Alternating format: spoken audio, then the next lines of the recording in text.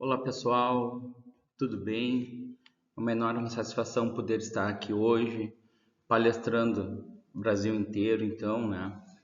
Nesse excelente congresso. Então, vou me apresentar. Meu nome é Chester Damasceno, sou enfermeiro, especialista em urgência e emergência, especialista em UTI adulto, pediátrico e neonatal. Sou docente da Faculdade de Enfermagem da Anhanguera Educacional aqui de Pelotas, Rio Grande do Sul, e coordeno os projetos de extensões onde a gente trabalha bastante a questão da saúde da mulher. Então, desde já agradeço a oportunidade da organização do Combrágio pelo convite, por aceitar o tema de palestra que foi sugerido. Então, a nossa palestra é denominada Superando Desafios da Endometriose, né? A endometriose é uma doença que causa bastante transtorno, é uma doença que causa bastante dor e que atrapalha, né? O dia a dia, não só da mulher, mas também de todos ao seu redor, devido aos sinais e sintomas que essa mulher acaba passando por causa da endometriose, né? E o enfoque é a enfermagem na saúde sexual e reprodutiva para a inserção do contraceptivo subdérmico, né? Ou chip, ou o implante subdérmico, o implante hormonal, ou pelo nome, né, mais conhecido deles, o Implanon, que hoje o enfermeiro pode fazer a inserção, né? E como nós vamos conversar, estamos conversando, né, o Brasil inteiro, gostaria que vocês colocassem aqui embaixo nos comentários, né, no chat aí, da onde que vocês estão falando, da onde vocês estão assistindo, né? Como o Brasil é muito grande, até mesmo para a gente ter ideia territorial que a palestra está alcançando, e até mesmo porque, como eu falei, eu sou do Rio Grande do Sul, e aqui às vezes uma região do lado da outra, e entre elas tem um abismo, né, quando se fala de saúde pública. Então, dentro de um próprio estado, regiões semelhantes, vizinhas, e a saúde pública tratada numa região é totalmente oposto de outra, até mesmo para a gente saber. E vou deixar um desafio já para vocês aí, né? No município de vocês, o SUS já está oferecendo implante subdérmico como contraceptivo? Coloquem aí e no chat, nos comentários, para a gente ter uma ideia como é que anda o Brasil afora aí. Então vamos lá, né? Começamos a falar dos desafios que têm que ser superados, né, para essas pacientes com endometriose, e damos um norte, né? O norte que estamos dando talvez para algumas não seja o adequado, para outras vai ser resolutivo ou vai amenizar a endometriose, que é o implante subdérmico, né, do contraceptivo. Mas, como eu falei, o mais comum deles, o Implanon. Vamos lá, vamos lá. Para entender o que é endometriose, primeiro a gente precisa entender o que é o endométrio, certo? Eu sei que muitos de vocês dizem, mas a gente já sabe o que é endométrio e tal. Tem muita gente que não sabe, está acostumado a ouvir falar sobre o endométrio, sobre a endometriose, mas não tem um ponto de partida. Então vamos entender o que é o endométrio, tá? Eu vou botar o laser aqui para a gente conversar. Ó, então essa camada interna do útero chama-se endométrio, tá? Nessa camada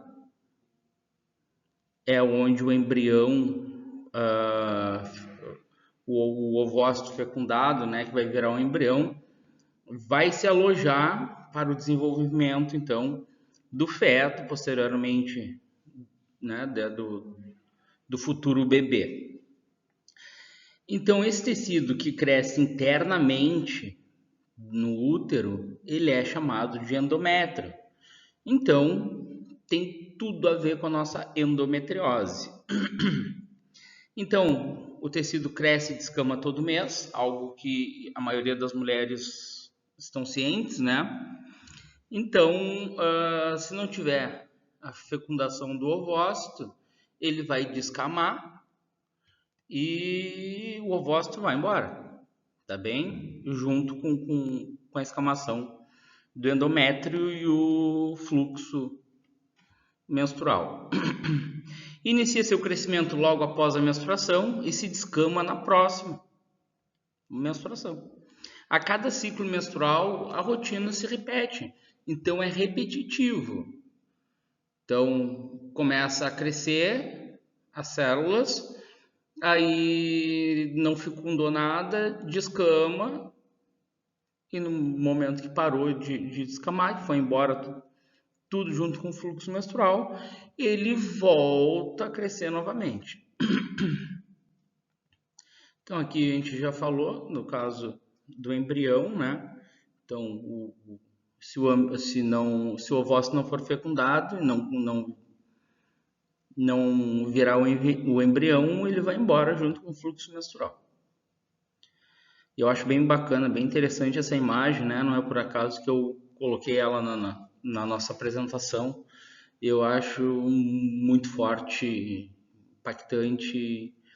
E eu acho que essa imagem aí traz a essência, né, do que é um útero. Então, da mesma forma que não haveria vida sem flores, não haveria também vida sem útero, né? Dependente de qual tipo de animal aí. Então, acho bem marcante, bem impactante essa imagem, porque ambos são a essência da vida aí. Vamos adiante. Então tá, a gente já aprendeu, já falou um pouquinho sobre o endométrio, o que é o endométrio. Então vamos entender o que é endometriose, então, certo? Então, na endometriose há fragmentos de tecido endometrial que normalmente se encontra apenas no revestimento interno uterino, o endométrio. Porém, na endometriose, vocês estão conseguindo enxergar o pointer aí? Na endometriose, a gente tem esse tecido interno crescendo por fora do útero, né? Endometriose sempre por fora do útero, tá bem? A gente vai adentrando mais no assunto no decorrer da palestra aí, mas só para a gente já ter um parâmetro sobre o endométrio, endometriose. E agora a gente vai ver a seguir quando ele se instala entre o músculo, né? Certo? Então, todo tecido endometrial que cresce para fora do útero é endometriose, certo? Ele não era para estar aqui fora. E é por isso que endometriose causa tantas dores, né? Um dos principais sintomas de endometriose é a dor aguda. Vamos ao próximo slide. Aqui a gente consegue ver o que eu estava falando anteriormente. Esse revestimento, muitas vezes, e por razões não totalmente esclarecidas, pode se implantar em outros órgãos como ovário, tubas, intestinos, bexiga, peritônio e até mesmo no próprio útero, dentro do músculo, certo? Então a gente vê os pontos de endometriose, tecido endometrial, crescendo por fora do útero.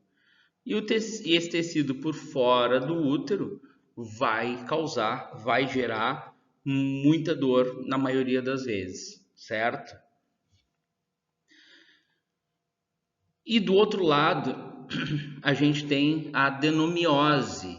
O que é a adenomiose, professor? Vamos lá. Então, é o mesmo tecido do endométrio que a gente vê dentro, certo? Aquele tecido de revestimento, que quando está por fora do útero, ele é endometriose, e quando ele está impregnado lá dentro, né? Eu tenho o crescimento desse tecido dentro do músculo, da musculatura uterina, ele tem o nome de adenomiose. Ah, professor, qual dos dois causa mais dor? Ah, o relato é indiferente, né? A dor eu vou ter em ambos os casos. E lembrando que a dor, cada pessoa tem seu limiar de dor, certo? Então não tem como a gente pré-definir dor de alguém. O que acontece na adenomiose que eu não tenho na endometriose?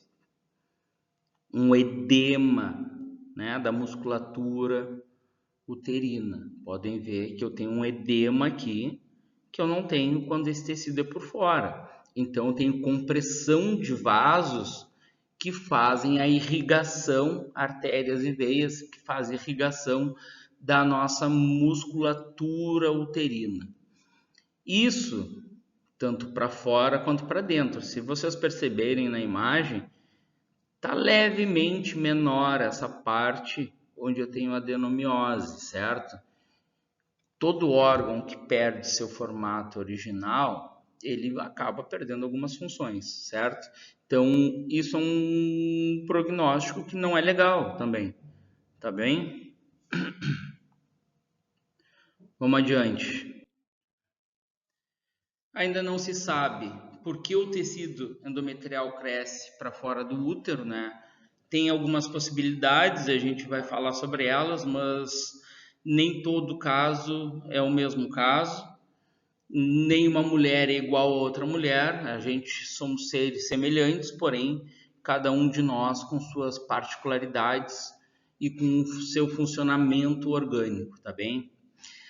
Então, a endometriose pode comprometer a fertilidade da mulher e causar dor, sobretudo antes, durante a menstruação e durante a relação sexual. Algumas de vocês devem estar se identificando, né, neste momento aí, com sintomas, sinais e sintomas da endometriose. Mas às vezes, né, ela não causa nenhum sintoma. Ah, é raro acontecer? É difícil não ter nenhum sintoma, certo? Normalmente ele vai vir com alguns dos sintomas e a gente vai ver mais adiante os sintomas mais comuns. O que pode acontecer é a gente não dar devida importância para o sintoma A ou o sintoma B, achando que pode ser uma patologia que não está ligada ao útero e na maioria das vezes está. Os médicos geralmente avaliam quanto à presença de tecido endometrial ao introduzir o laparoscópio através de uma pequena incisão próxima ao umbigo, né? Vai fazer uma laparoscopia para ver onde é que está, até onde eu tenho crescimento do endométrio fora, né, na parte externa do útero. Os medicamentos são administrados para aliviar a dor e retardar o crescimento inapropriado desse tecido. A cirurgia pode ser realizada para a remoção, então, desse tecido endometrial que está fora do útero. E às vezes a solução é retirar o útero, trompas e ovário, tá? Mais radical. Normalmente se avalia daí o especialista médico vai avaliar quanto à necessidade e a probabilidade de voltar a crescer esse tecido fora do útero, né?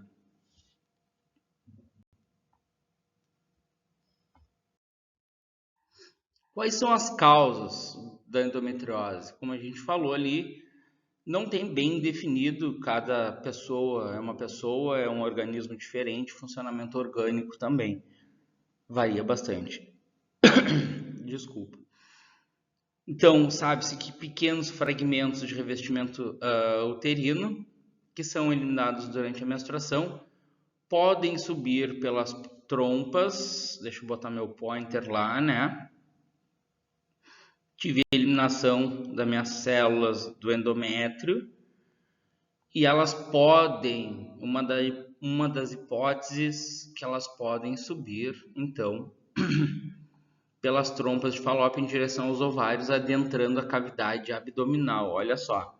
Então, além de pegar útero, trompas e ovários, ela pode subir até pegar dentro da cavidade abdominal, descer pela vagina e sair do corpo da mulher pela menstruação. E detalhe, tá? O que os especialistas, alguns especialistas entendem, tem bastante estudo sobre, que esse sangramento poderia, de alguma forma, pegar por fora do útero e estimular células do endométrio para fora do útero. E da adenomiose? Pois é, aí a gente ainda não tem estudos comprobatórios que digam que é motivo A, motivo B, mais pré-definido, tá? Mas alguns parâmetros é importante a gente se atentar, que é a questão genética, tá? Filhas de mães que têm endometriose e adenomiose, que são netas de avós com endometriose e adenomiose, têm uma chance maior por questão genética. Então, as células do endométrio podem ser transportadas para outros lugares pelos vasos sanguíneos ou linfáticos. As células localizadas fora do útero podem se transformar em células endometriais, né? Então, como eu falei anteriormente, ter o estímulo das células endometriais fazer com que outro tecido acabe gerando tecido endometrial. Endometriose, às vezes, é hereditária e mais comum entre parentes de primeiro grau, mães, irmãs e filhas de mulheres que têm endometriose. Elas têm mais propensão a ocorrer em mulheres com características a seguir. Então, já se consegue mapear as principais causas em algumas situações. Primeiro, tiveram o primeiro bebê após 30 anos de idade, certo? Então, essa é a primeira causa que se conseguiu mapear. Segunda, nunca tiveram bebês, nunca engravidaram e geraram o bebê durante as suas 36 semanas lá. 37, 38 semanas. Começaram a ter menstruação antes da época normal ou pararam de menstruar depois da época normal. Ou aquela pessoa que tem ciclos menstruais curtos inferior a 27 dias, com menstruação com fluxos intensos que duram mais de 8 dias. Lembrando, pessoal, cuidado com fluxo menstrual intenso por mais de uma semana. É algo grave, tem que ser acompanhado pelo ginecologista, porque pode ter uma hemorragia associado e isso vai causar sérios problemas. Eu estou perdendo sangue, eu estou perdendo minhas células que vão fazer transporte de oxigênio, vai atrapalhar problema circulatório, ventilatório, né? Então, atenção, cuidem se vocês têm fluxo menstrual acima de uma semana, principalmente quando ele é intenso, tá?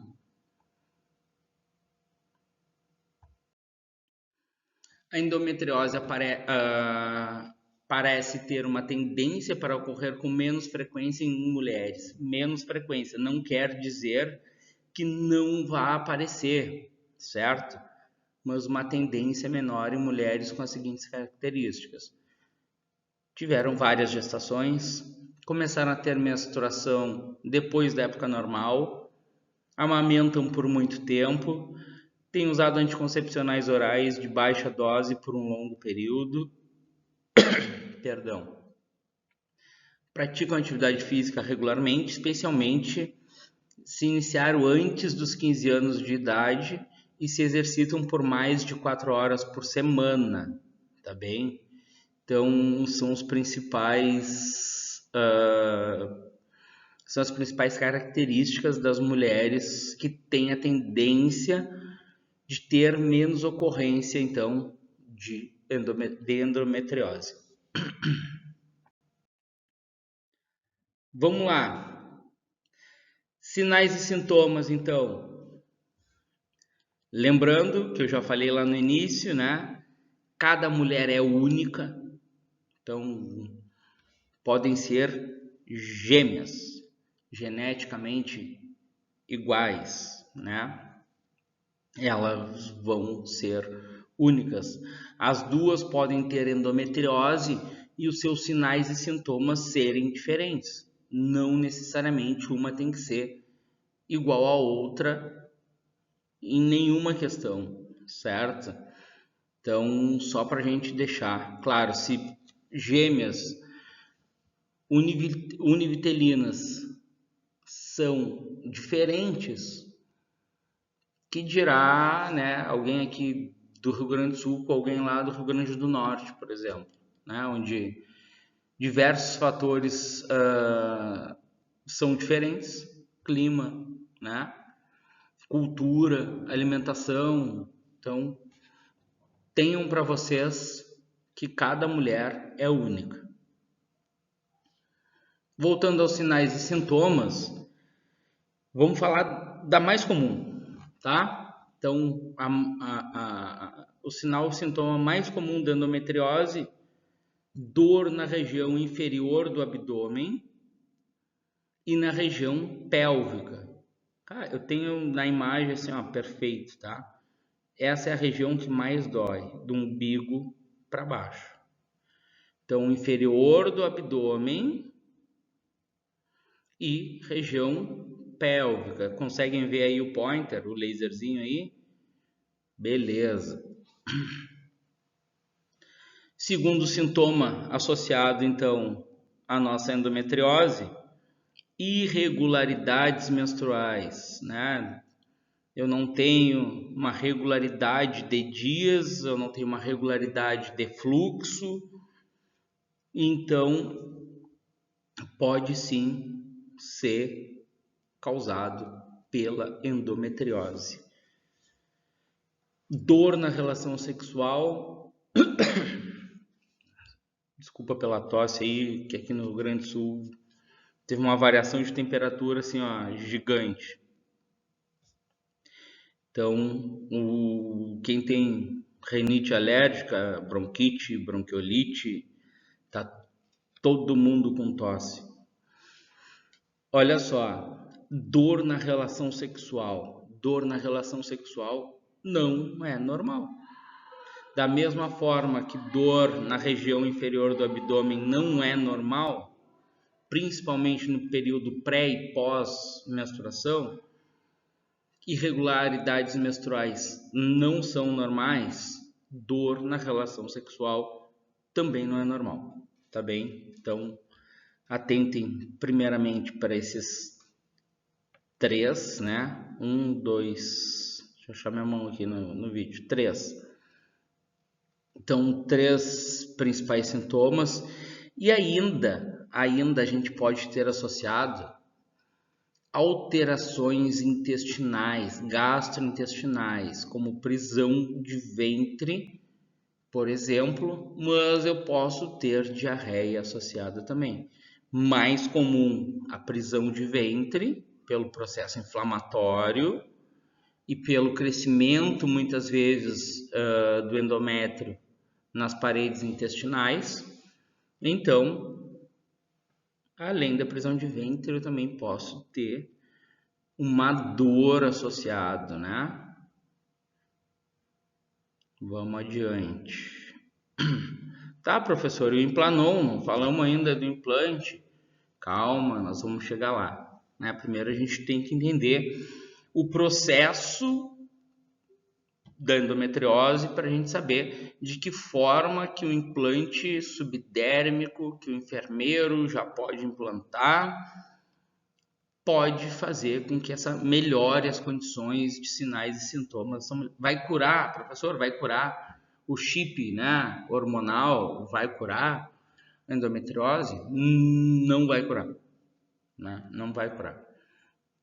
O tecido ele vai continuar lá fora, ele vai continuar em algum momento fazendo com que a paciente sinta dor, que por algum motivo vai ter alguma irregularidade menstrual, mas vai amenizar, tá bem?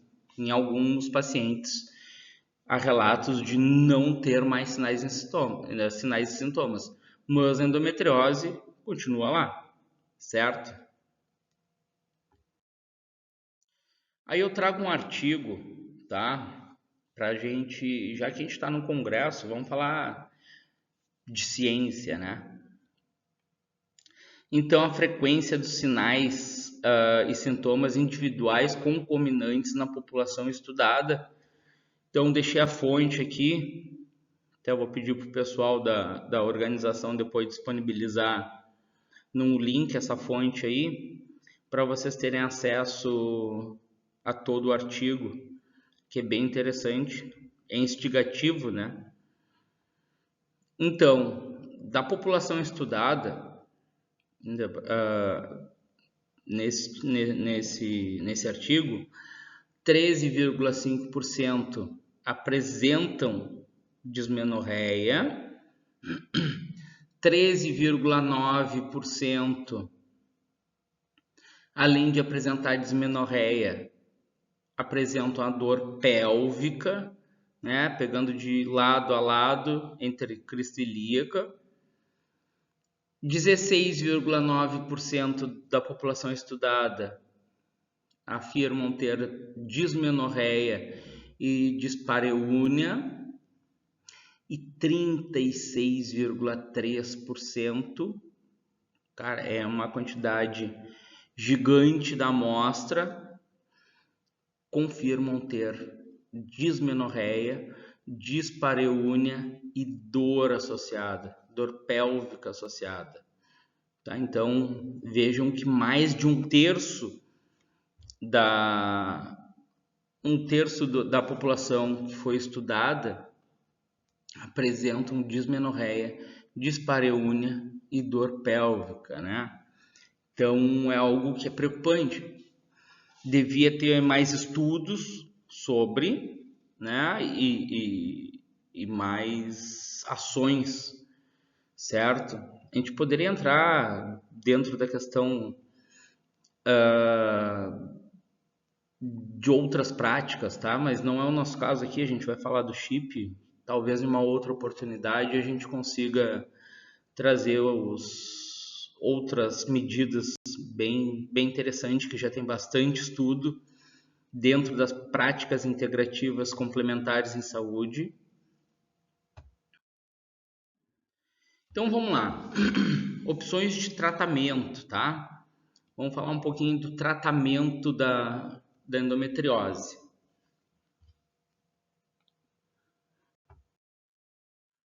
Eu posso ter o tratamento clínico,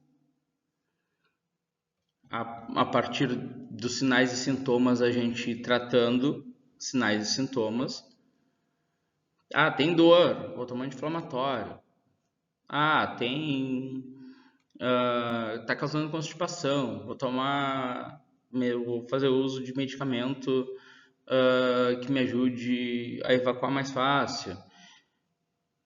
Ah, tô com sangramento intenso, o contraceptivo, talvez alterando o contraceptivo, tomando ele de forma contínua. Então, um tratamento clínico, tá? Seria a primeira opção. tratando sintomas, sinais e sintomas. O tratamento cirúrgico, né? O médico entende que precisa da cirurgia para fazer a retirada do útero, às vezes úteros e trompas de falópio, e outras vezes útero, trompa e ovários. Lembrando, tratamento radical, mas também depende do limiar de dor dessa paciente, tá?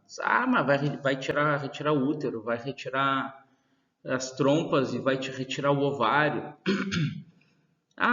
Tem muita coisa que o pessoal fala aí, mas ninguém sente na pele, entende? Ninguém está sentindo na pele o que essa mulher está sentindo.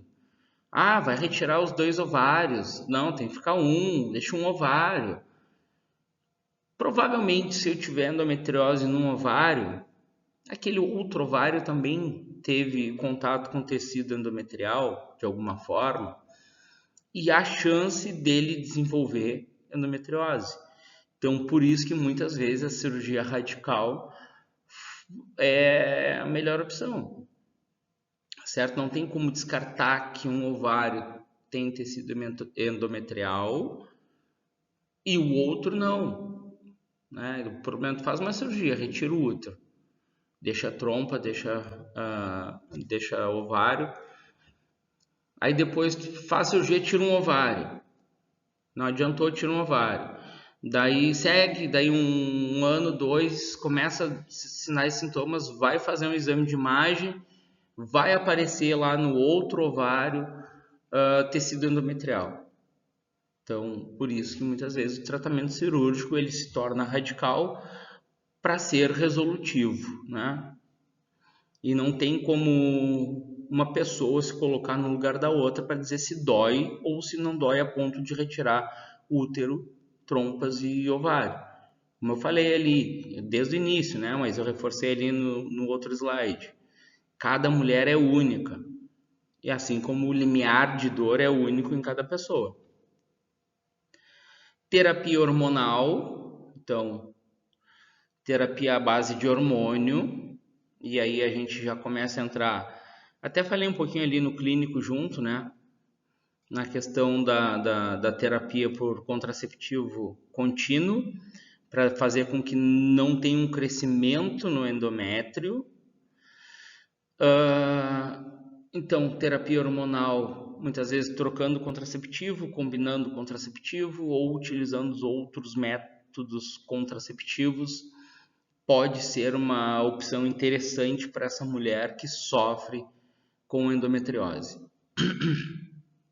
E eu, como quarta opção, ainda tenho tratamento combinado, que muitas vezes é o que se opta já de largada, dependendo da causa, né, do que está causando, o sofrimento que a endometriose está causando para essa mulher, se entra com tratamento combinado, às vezes clínico, né, o sintomático e o hormonal junto, e às vezes o clínico, cirúrgico e hormonal, tá? E às vezes o cirúrgico e hormonal, mas normalmente o clínico está associado ali por causa da dor, eu vou precisar tratar a dor, ninguém consegue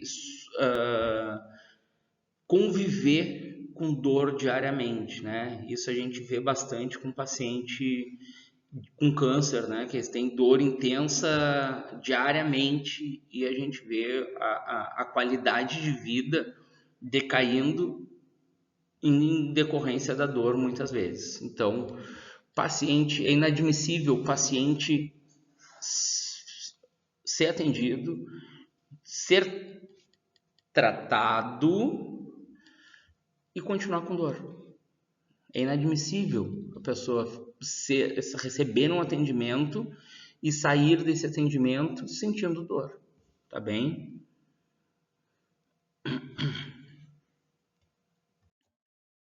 Vamos lá.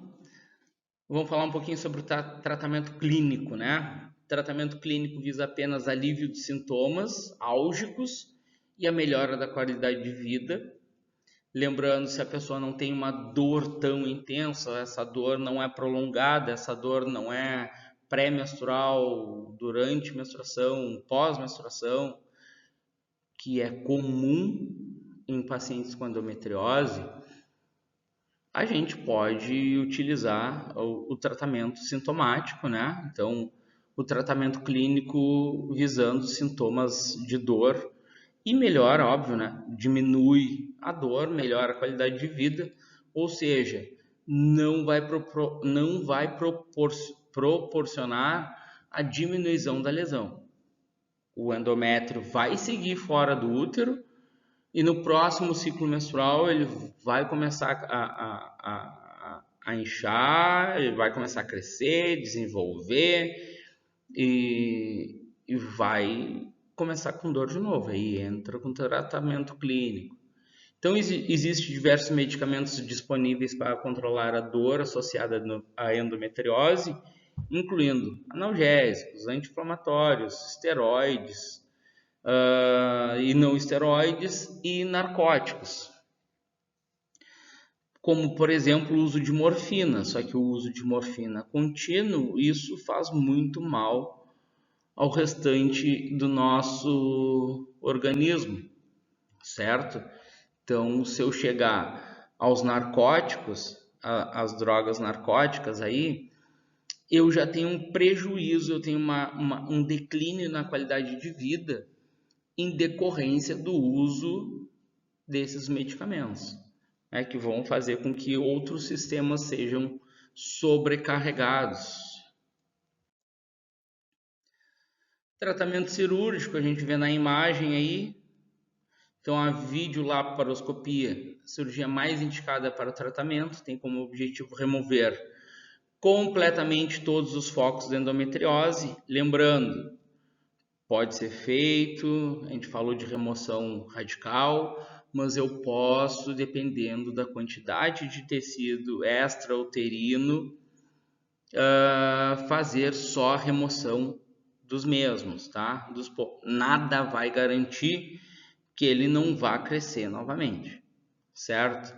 Mas pode ser feita a cirurgia após exames dos médicos acharem que após uma avaliação criteriosa, que é interessante retirar só o tecido, o endométrio que está por fora do útero lá, por exemplo, ou está lá no ovário incomodando, não tem mais, só tem aquele foco ali, bom, então vai lá, se retira o foco. Não vou entrar muito na especialidade médica lá, né, que cada médico tem a sua atribuição, cada profissional de saúde tem sua atribuição e eu como enfermeiro tenho a minha atribuição, tá? Mas pelo que a gente trabalha no dia a dia junto com um profissional médico aí e acaba trabalhando de forma multiprofissional, a gente meio que ajuda a definir o tratamento mais seguro e mais indicado para aquela paciente. A avaliação é individual, tá bem? Não é baseado na Dona Maria, na Dona Joana, na Dona Antônia, que teve o tratamento X, que a Dona Odete vai ter o tratamento Y, ou X.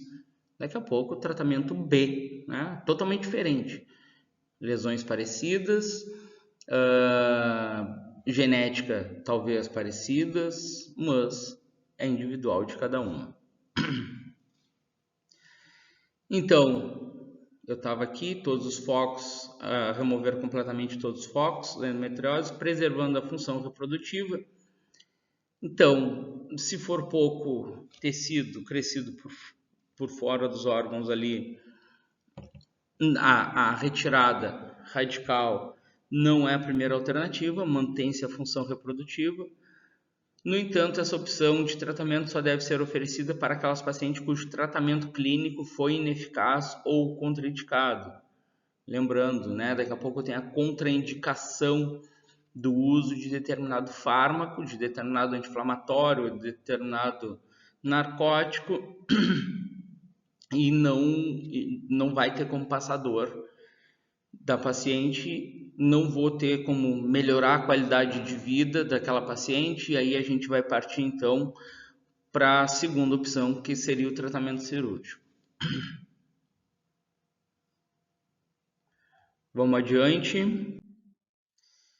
Terapia hormonal. Aí já cai um pouquinho na responsabilidade do enfermeiro também, principalmente aqueles enfermeiros de atenção básica, atenção primária. Gostaria que colocassem aí embaixo, tá? No chat, nos comentários aí, quem é enfermeiro e quem é que é enfermeiro, trabalha com atenção básica, que tem acesso à prescrição de contraceptivo, quais tipos de contraceptivo. Vamos trocando uma ideia aí, vamos fazer valer o congresso, né? Aproveitar que estamos aí com uma porta aberta, e é para isso que o congresso serve, né? Não é por Chester ir lá e só mandar o trabalho, para ter um trabalho publicado em anais, para apresentar um trabalho, para produzir um banner. Não, pessoal, o congresso serve exatamente para discussões. Através das discussões dos congressos, a gente começa a ter uma visão diferente, começa a ter, por isso que eu disse, né? Por participar aí de diversos congressos, a gente nota que algumas terapias são oferecidas em algum lugar, outras terapias são oferecidas em outros lugares, e vai ter lugares que a terapia não vai ser oferecida. Inclusive o implante subdérmico, né? O nosso Implanou. Eu tenho certeza, e eu quero que vocês comentem aqui, vamos botar comentário aí. Eu tenho certeza que vai ter diversas cidades que ainda o SUS não oferta, certo? Aí é um problema de gestão, enfim. Vamos voltar à terapia hormonal. Então, essa é uma das opções mais populares entre os tratamentos da endometriose, uma vez que a doença é responsiva aos hormônios. Então, um dos jeitos da gente atacar o tecido endometrial fora do útero, através de hormônios, tá? Esse método ajuda a reduzir o crescimento do tecido endometrial e alivia sintomas associados como dor pélvica, cólicas menstruais, como por exemplo, algumas opções de terapia hormonal incluem pílulas anticoncepcionais, anticoncepcionais injetáveis de progesterona, implante subdérmico, que é o nosso bambambam aí, é o nosso assunto, né? Os DIUs, fica meio estranho DIUs, né? Mas é DIUs, eu procurei para colocar aí, ele tem plural. Então, o nosso dispositivo intrauterino, aí eu tenho o hormonal e o não hormonal, o de cobre, e inibidores de hormônio liberado pela gonadotrofina. Nomezinho difícil aí, né? Então, a gente vê que terapia hormonal temos bastante, né? E qual seria a melhor terapia hormonal? Vamos lá, o que vocês me dizem? O que vocês acham que seria a melhor terapia hormonal? Não tem como saber, né? Cada pessoa vai se adequar a uma terapia diferente. A gente vê pílulas de uso contínuo sendo bastante eficaz, mas tem mulheres que não adianta, né? Dispositivo intrauterino ser eficaz, outras não adianta. Nosso próprio implante subdérmico, né, tem uma pequena taxa que não vai adiantar, certo? Mas é mais uma alternativa, é uma alternativa que vem a somar. Vamos lá.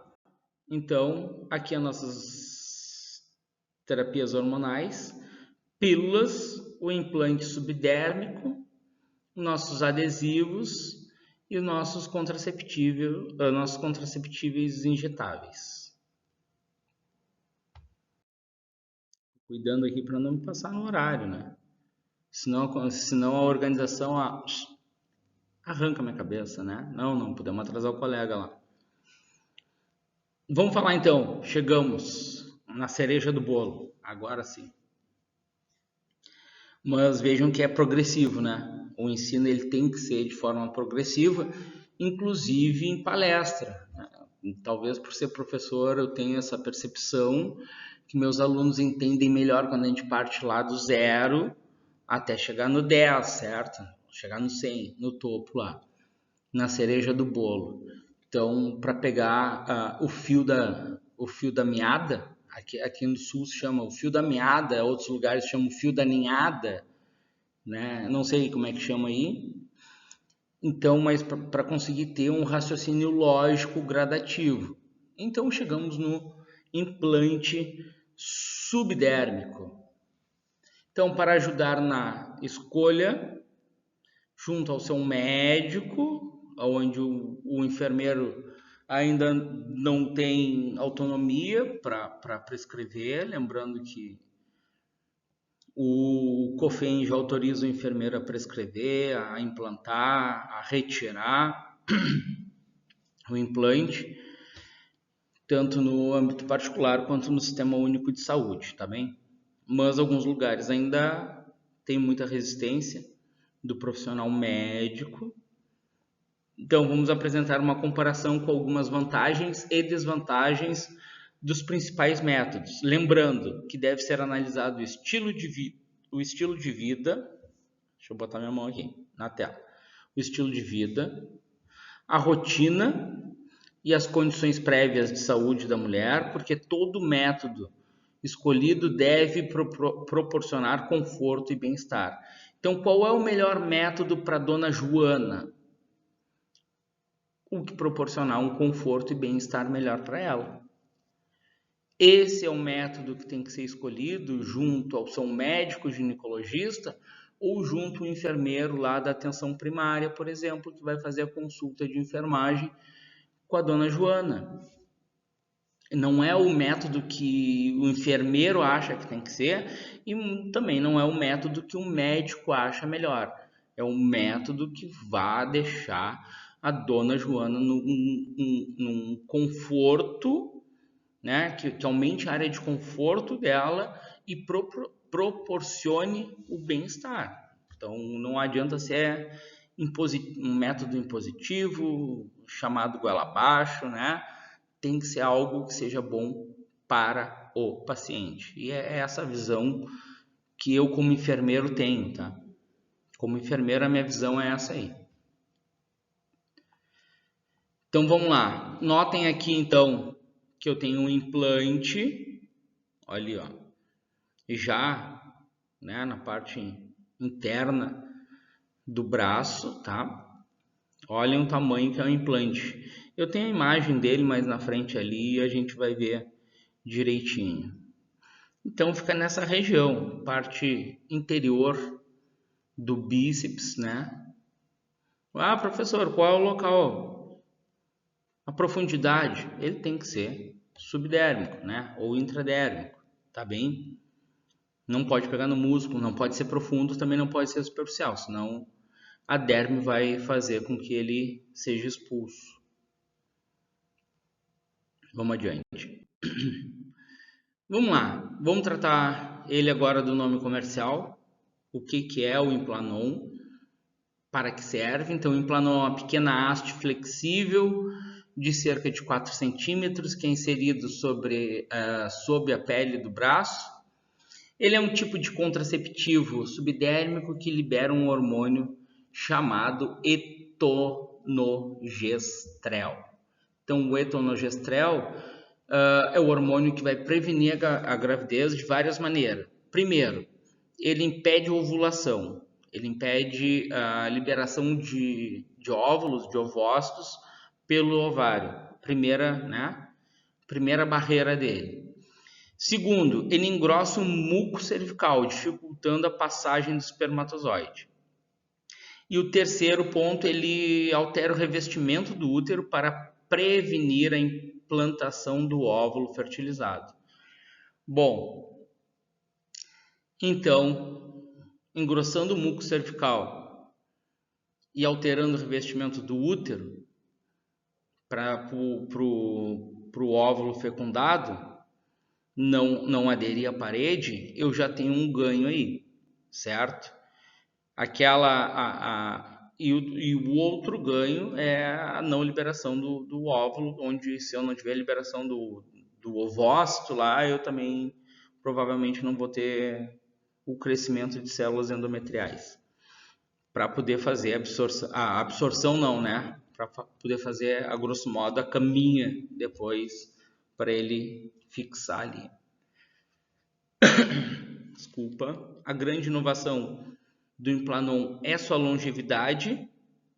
Uma vez o Implanon inserido, ele proporciona proteção contra a gravidez por até 3 anos. Lembrando que a sua diminuição na eficácia começa a partir do 2º ano, tá?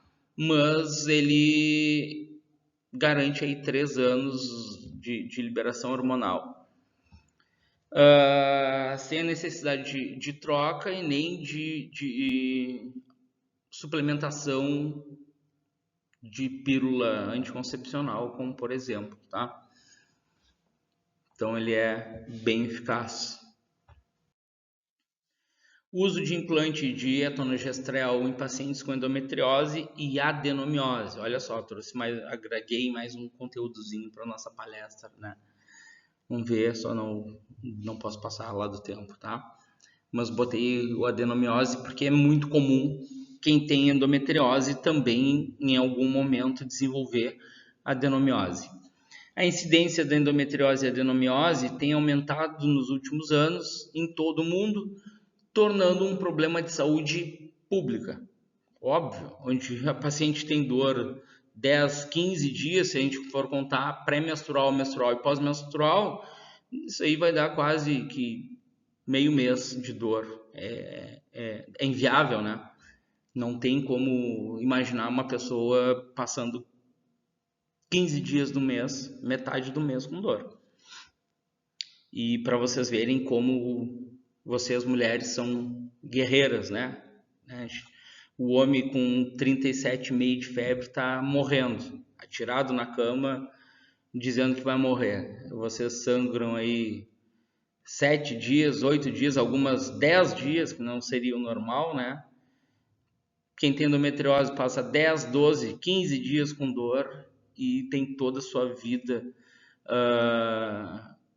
tem todo o resto das atribuições do dia a dia e muitas vezes nem reclamam, né? Então, cada vez mais é importante procurarmos abordagens para a melhora da qualidade de vida dessas mulheres, procurar alternativas que o efeito colateral ou risco para aquela paciente não seja maior que o benefício que a terapêutica traga, né? Em janeiro de 2021, no Medicine Open Journal, foi publicado um artigo sobre o uso do implante de etonogestrel em pacientes com endometriose e adenomiose. Óbvio que eu não trouxe o artigo, né? Mas está lá na PebMed.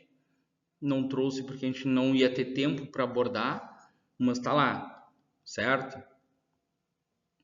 Procurem, principalmente vocês mulheres aí que sofrem com endometriose ou adenomiose, e você, profissional de saúde, enfermeiro, médico, para saber qual o melhor tratamento para a sua paciente.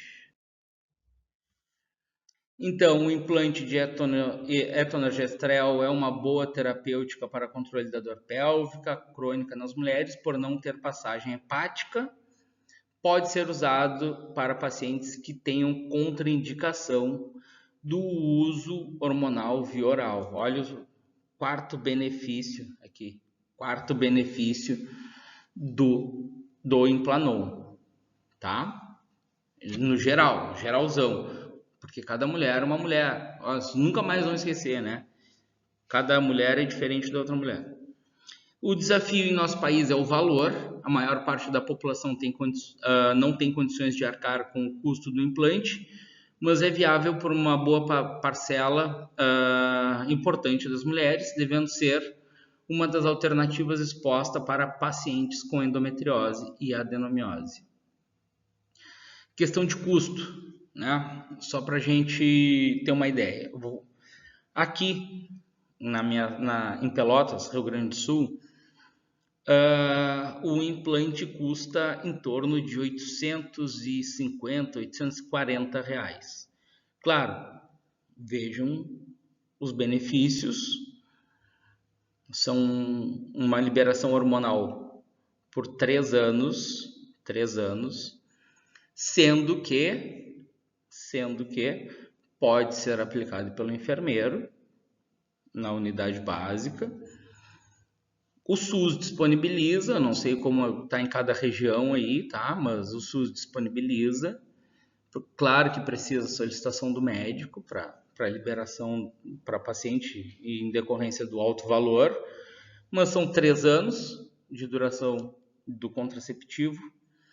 Não tem questão de período, né? De horário, melhor dizendo. Tomar a pílula todo dia no mesmo horário, sem esquecer da pílula. A gente sabe que a correria do dia a dia, tem gente que eu tomo pílula todo dia quando eu acordo. Tá, mas um dia acorda às 8, outro acorda às 9, outro acorda às 10, outro dia dormiu tarde, quando acordou não lembrou de tomar. Mas eu tomo pílula contínua. Tá, a gente sabe os benefícios da pílula contínua para o tratamento da endometriose. Vai restringir o crescimento do tecido endometrial. Mas ele vai ter. O Implanon também vai ter, né? Tanto é que o Implanon, além de escapes, né? A mulher pode ter escapes, que é aquele sangue mais escuro e tal, e como ela pode ter um fluxo intenso em algum momento. E não é difícil de acontecer, tá? Então, mas, por isso que eu digo, cada paciente tem que ser avaliado individualmente. Vamos lá. E o importante também aqui, né, quem tem contraindicação para uso hormonal via oral por passagem hepática, não pode passar o hormônio pelo fígado, o implante ele não passa, tá? Não tem relação com o metabolismo hepático.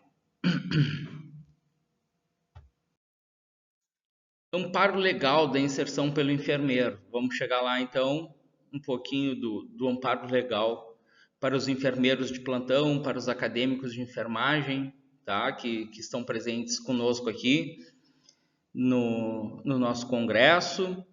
Então, o COFEM tem um parecer dos seus conselheiros de número 277 de 2017. Vejam que não é algo tão novo, né? Olha quanto tempo se fala de implante subdérmico. Aqui no Rio Grande do Sul se fala de implante subdérmico em torno de 3 anos. E olha quanto tempo faz, 6, né? 7. 7 anos que tem um parecer, que já tem um parecer do Conselho Federal de Enfermagem. E aqui a gente fala aí meio da pandemia para diante. Por isso que eu falo, né? Depende muito da região do Brasil. O Brasil é muito amplo territorialmente, então por ele ser muito grande territorialmente, gestões diferentes de cada estado e cada região do Brasil, algumas particularidades sempre vai haver. Vai ter, vamos supor, região A precisa, a necessidade maior é desenvolver e comprar vacina contra dengue. Região B é maior índice de câncer de pulmão, então o tratamento oncológico é a prioridade. No Rio Grande do Sul, hipoteticamente, é endometriose. Então vamos unir forças e vamos tratar o que é mais necessário. Esse é o entendimento, né, distrital da distribuição de verba SUS aí. Então, o objeto de consulta de solicitação de orientação sobre a inserção do implante subdérmico, que é o 277 de 2017. Quiserem conferir lá, sugiro que baixem lá direto do site do COFEM. Os enfermeiros e acadêmicos de enfermagem tenham consigo, né? Costumo pedir para meus alunos sempre se atentarem e terem guardados, que depois, mais adiante, pode fazer falta. Então, 277 de 2017 tem vários pareceres, mas esse é o mais importante deles. Então, da conclusão, né? Eu trouxe só a conclusão lá, vocês podem consultar. A conclusão do parecer 277 fala o seguinte: diante do exposto, considerando os fatos discutidos a partir da análise realizada no constante PAD do COFEN número 486 de 2017, então tem um processo administrativo que gerou aquela consulta 277, tá? Aos conselheiros, entendemos que o enfermeiro possui competência técnica e poderá adquirir habilidade se for capacitado para a inserção e remoção de implante subdérmico, entre eles o Implanon. Então já fala da marca registrada lá, porque é a marca que o SUS também oferta. O que é interessante a gente prestar atenção aqui, pessoal? Eu possuo competência técnica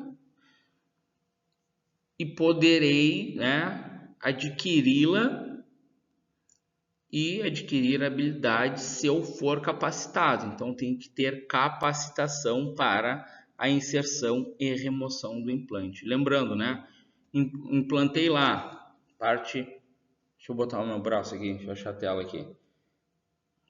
Inseri região do braço, interna do braço, daí a 3 anos alguém vai ter que tirar. O enfermeiro pode tirar? Pode tirar. Tem enfermeiros, médicos também, que retiram um, já insere o outro no mesmo lugar. Tá? A questão não vamos se alargar sobre método, como a gente implanta, né? A gente vai ver mais alguma coisinha, mas não é esse o foco. É a gente conhecer um implante subdérmico como forma de tratamento da endometriose. Vamos adiante. Aqui eu trouxe para a gente ver, né, para eu conseguir mostrar para vocês. Essa imagem aqui é aquela outra que a gente já viu. Vocês conseguem ver o bastão hormonal ali, né, já cicatrizado. E aqui são as imagens, tá? Ele vem um aplicador que vai fazer com que ele não vá tão profundo. Vocês, quem for implantar, não erre a profundidade, porque se ele chegar no músculo, ele pode ter uma liberação mais lenta do hormônio, que não é o ideal, tá? Então a gente vai inserir, eu faço a inserção dele para cá e depois a gente, olha lá, essa trava aqui ele já está retraindo o mandril, né?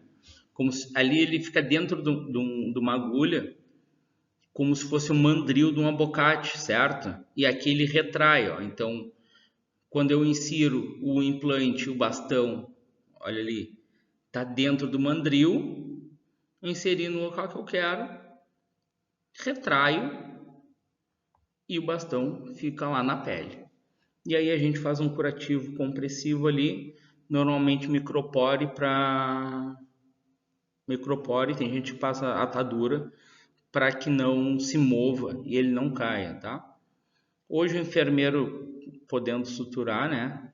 Lembrando, resolução 731 de 13 de novembro de 2023, autorizando a enfermeira a realizar sutura, né? Inclusive, botão anestésico. Posso inserir o Implanon com anestésico, professor?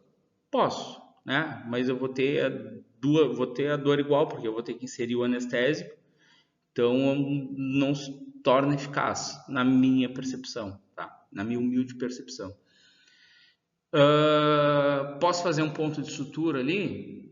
Posso, né? Mas normalmente a gente utiliza um micropore de 7 a 10 dias para que a perfuração, né? o orifício de entrada, o ósseo de entrada ali, ele dê tempo de fechar para não ser expulso o implante, até mesmo pelo valor do implante, né, pessoal? Imagina aí R$850 um implante.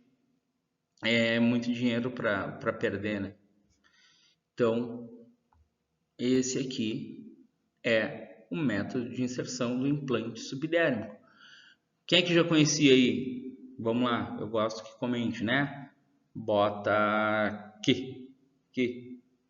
Não sei que lado eu tô. Tá.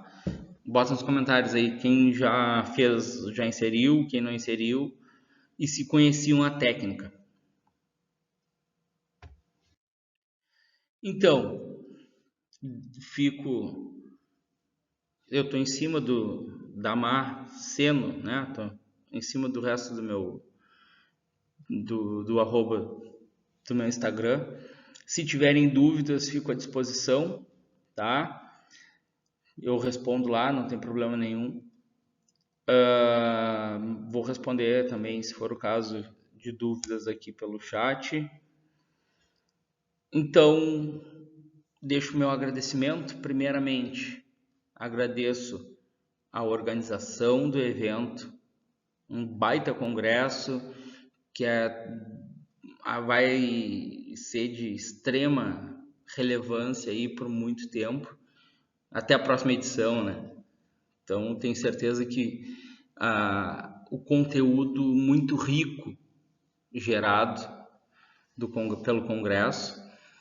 E, em segundo lugar, agradeço a todos vocês que passaram esse tempo conosco aí, me aguentando falar, tossindo de vez em quando aí por causa da alergia do tempo. E espero que tenham gostado e que eu tenha conseguido agregar um pouquinho na vida de cada um, seja profissional, seja acadêmico, seja quem está só assistindo porque veio exatamente por causa da nossa temática aí. Tá bem? Pessoal, muito obrigado. Fico à disposição e nos encontramos provavelmente aí em um próximo congresso. Tá bem? Fiquem com Deus e até breve.